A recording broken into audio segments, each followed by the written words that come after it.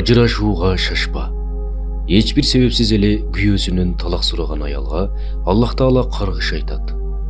Адал иштердин ичинен Аллахтын ачуусун келтирген ажырашуу талак.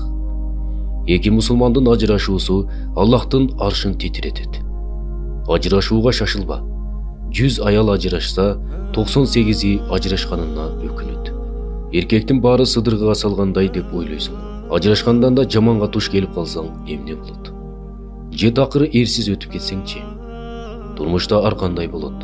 Айрыкча эркектердин көбү үй бүлө куруу, аны башкаруу, багуу, тарбиялоо деген оор иштерге даярдыгы жок.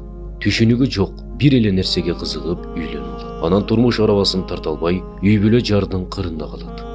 Ушул учурда аял киши күйөөсүнө түшүнүү менен мамиле кылып, аны колдоп, жөлөп таяп, сүйөп сүйрөп, колунан келишинче жардамын берип, үй бүлөнү сактап калууга аракет кылуусу керек.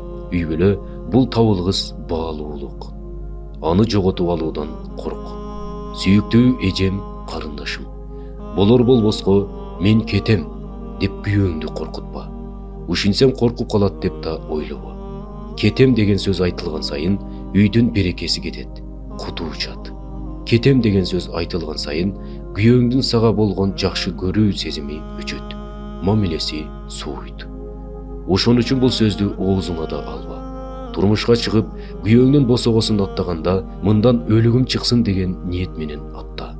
Ажырашууга шашылба. Андан кийинкисин жакшылап ойлон.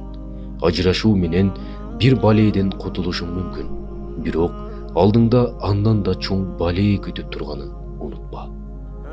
Аял сен асылсың. Ажырашууга шашпа.